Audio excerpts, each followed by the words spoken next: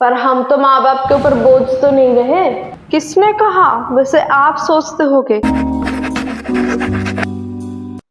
कल रात से बोल रही हूँ ना, बेड थोड़ा साफ कर ले, ना खुद करती है ना मेरे को करने देती है। वो लोग आते ही होंगे तो आप करो ना, किसने मना किया? अच्छा, कैसे करूंगी? तू वहीं से हिलती है, खाना पीना मुंह धोना सब बेड पे करती है। मैं तो सोच रही हूँ कुछ दिन बाद तेरे पापा को बुला के इधर छोटा सा लेटरिन भी बनवा लूंगी। अब जाओ यहाँ से, बार बार आके डिस्टर्ब मत करो। एक सेकंड, कौन आ रहा है?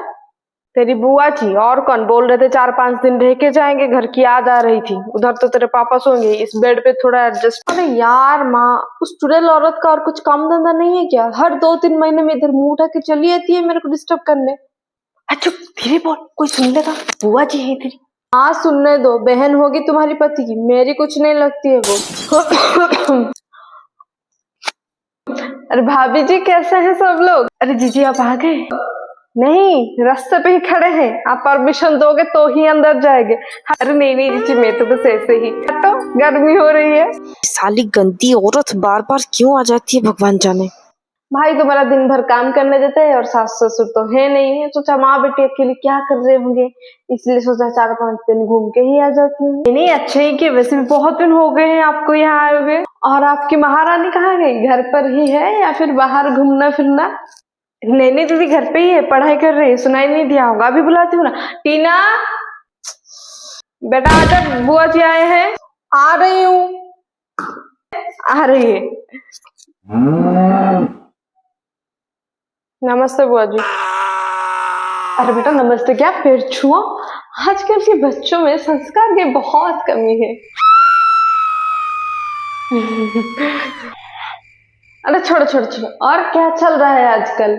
नहीं दीदी हो ही गया था, बस कुछ ही मार्क्स में छूट गया, इस बार पक्का हो जाएगा। भाभी जी मैं उसको पूछ रही हूँ ना। पढ़ाई कर रहे हैं बेटा, वो तो हम 3 साल से सुनते आ रहे हैं, और कुछ भी सुनने को मिलेगा इस घर से? अब दीदी आइए ना, खाना खा लेते हैं, उसके बाद बात करते हैं, थक गए होंगे। अरे नहीं भाभी जी कैसी थकान, मैं तो खा पी के आई हूँ, फुल एनर्जेटिक हूँ। अभी बातचीत कर लेते हैं, खाना पीना तो होता ही रहेगा। माँ भूख लगी है, मुझे खाना दे दो। अरे भाभी जी ऐसा कितना दिन चलता रहेगा? मैं तो बोल रही हूँ किसी अच्छे घर के लड़के को देखकर शादी करा देते हैं। आपको तो बहुत जल्दी है बुआ जी, खुद की बेटी की शादी करा ली, इसका मतलब ये नहीं कि हर लड़की जल्दी शादी करना पसंद करते हैं, ठीक है? तो फिर क्या साल पे साल बर्बाद करके, सारा पैसा बर्बाद करके नर्सिंग का कोर्स करोगे? और नहीं तो क्या भाभी जी, ऐसा ही होता है, जिनका निकलना होता है पहली बारी में ही निकल जाता है। ये तीसरी चौथी अटेम्प्ट देने वाले लोग कुछ नहीं करते हैं, घर पे ही बैठते हैं या फिर नर्सिंग का कोर्स ही करते हैं। कोई भी काम छोटा या बड़ा नहीं होता है, छोटे सोच वाले लोग ही ऐसे सोचते हैं। टीना आके खाना खा ले। अरे भाभी जी बिना कुछ कमाए बच्चों का इतना घमंड, मेरा भाई घर पे नहीं रहता है तो आप बच्चों को ऐसा संस्कार दिए हैं? नहीं माफ करना दीदी, वो बच्चा है ना, गलती से बोल दे, उसके बाद को बुरा मत मानिए, कुछ भी बोलते रहते।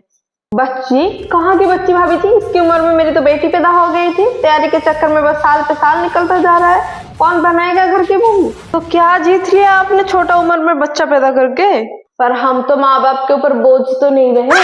किसने कहा? वैसे आप सोचते होगे कुछ तो काम धंधा है नहीं, हर तीसरे महीने में इधर आके पड़े रहते हो। टीना चुपचाप जाके खाना खा के पढ़ाई कर। मेरे बच्चे आज तक कभी भी किसी को उल्टा जवाब नहीं दिए हैं भाभी जी। कैसे देंगे? उनपे फूफा जी का संस्कार जो भरा हुआ है, किस्मत अच्छा था उन लोगों का। वैसे एक बात समझ नहीं आ रही है, मेरे लिए मेरे माँ बाप से ज्यादा आपको इतना फिक्र क्यों है? हाँ ना पैसा आपका जा रहा है ना खाना। क्या बात बोल रही है? अपना सोच रही हूँ इसलिए फिक्र है मुझे। ओ अपना सोचते हो तो जब 12th में मेरा 90% आया तब तो एक बार आपका कॉल नहीं आया, और अब जब नहीं हो रहा है हर तीसरे महीने में इधर आके मजे ले रहे हो। नहीं मुझे कुछ काम होगा, वरना मैं तो ऐसा नहीं करती हूँ। ज्ञान उतना ही देना चाहिए जितना खुद के दिमाग में हो, और लोग उनका ही इज्जत करते हैं जो दूसरों का इज्जत करना जानते। समझ के ना बुआ जी? मैं चलती है भाभी जी, मेरा वैकेशन हो गया।